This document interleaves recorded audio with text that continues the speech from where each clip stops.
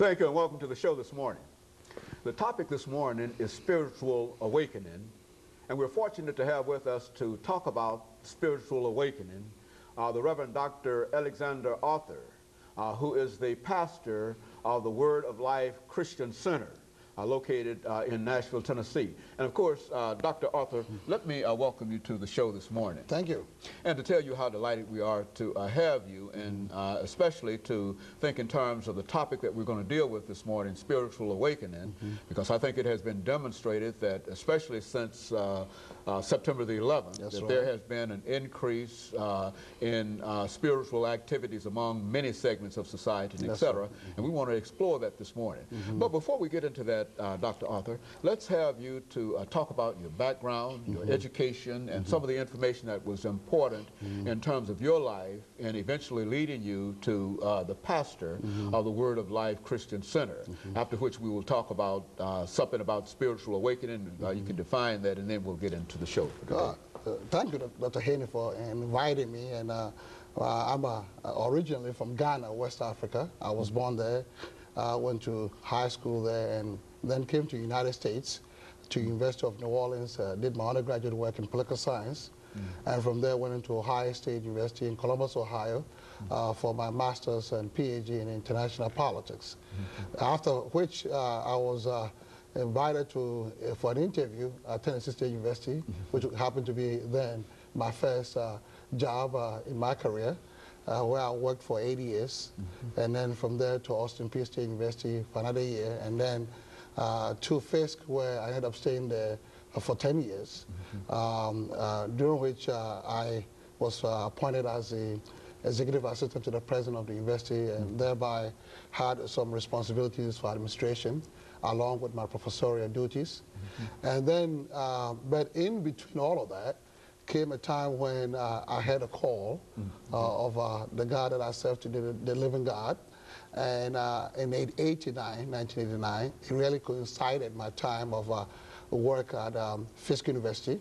And so then I began this ministry, a church in my home, and gradually grew to the point where now we are on Clarksville Highway. We call it a church on a hill right next to Kruger, called Word of Life Christian Center. It used to be directly across the Lowriders church, not church, Lowriders Club, Lord have mercy, Lowriders Club. So we've been there for 2 years now, and we believe in God for more work in the community and having an impact in this city for the Lord.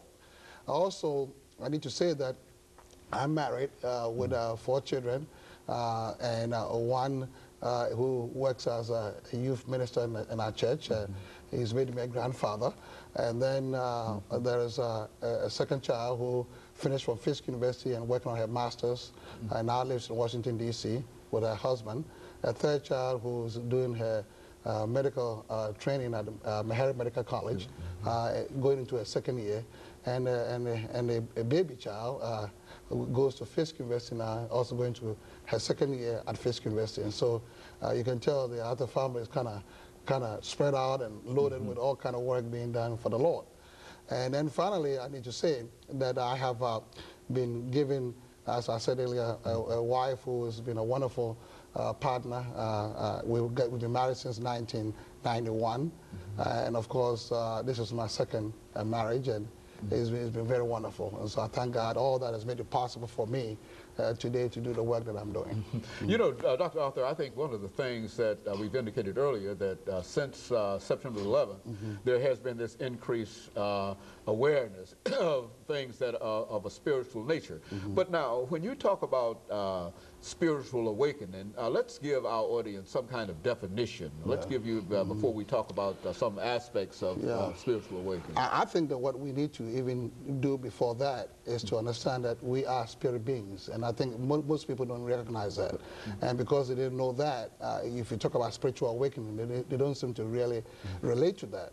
But if we were to accept the fact that we are spirit beings, then spiritual awakening will make more sense to us. When God made us, the Bible tells us we were made in His own image, in His own likeness. And then in John 4:24, God, through His Son Jesus Christ, made it clear to us that He, God, is a spirit. And as a spirit, if I was made in the image of God, then that makes me also a spirit. and yet a spirit is invincible. And for me to be seen, it makes it a little difficult, you know. And so why is it that if I was made a spirit, that I can somehow or another be seen and be visible, and because other spirits are not seen like angels as we know.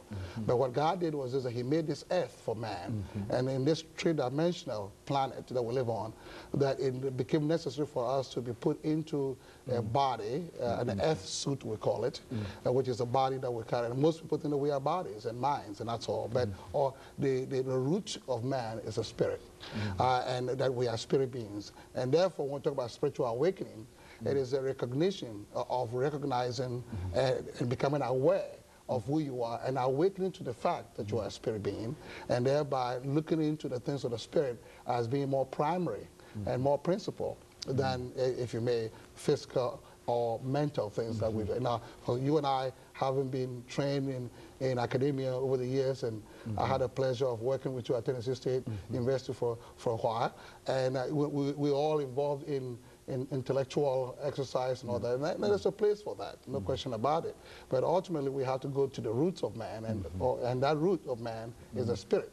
And therefore, spiritual awakening is recognizing the fact that you are a spirit, and thereby learning from then on what you're supposed to do as a spirit being. And that's something that I'm here to talk about today. You know, a person who is not aware of being a spirit, that is not aware of the invisible part of himself or herself, cannot be spiritually, must be spiritually awakened in order to be aware. Is that what we're saying? That's what we're saying. That's what we have to come to the recognition that, because sometimes we think that we go to church and we do the things that are religious, and we, in a way, substitute that for that spiritual awakening that is necessary. And so therefore, people often think that, well, I go to church, I'm all right, and so that's fine. No, there's more to that than that. We want to be able to go beyond the visible, go beyond the mundane, go beyond the usual, and get deeper into the realm of the invisible, the realm of the, what I would call a preamble to the constitution, the real man, in a sense. And so as time goes on, we're going to get deeper into it, and hopefully show people how it is that you can get spiritually awakened by doing certain specific things that is required for you to move into that realm. And so there are indications that you see around you every day that folks stand in need for this. And I think that that's the thing that is really sometimes saddens me. There's a certain desire on the part of people to meet this need that they have in themselves, that they recognize that they must be awakened to something. They recognize that there's something that is on the horizon that they must look into, they must investigate, and then they go on various levels, the various paths of discovery, never get to the real root of it. And that's where the problem usually comes, and people often, for that reason, will replace the root of who they are, which is in this case a spirit, with other things such as drugs and you can name it, of things that they are using to substitute for this. But the moment you find out who you are, and therefore then you know that you are tied to the Father of all spirits, which is God, then you want to make sure that you want to do something about it.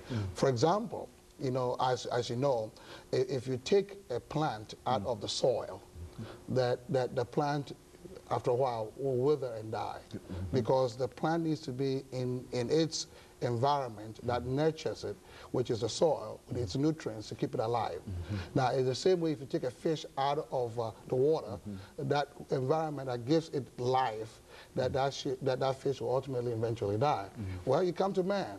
If you take man out of the soil of his existence, in this case, the Father of all spirits, then you get to the point where man will also, and so we'll get to that more, and we'll talk about it as we go on. Very good. And of course, Dr. Arthur, we are coming up to our first commercial break, but what you're saying is that there's a little God in all of us, and we simply do not recognize that, and that you're going to give us some information during the second segment as to how some kind of steps that we might be able to follow in order to become more aware of who we are spiritual beings. And of course, we'll be back with our audience following this very, very short commercial break.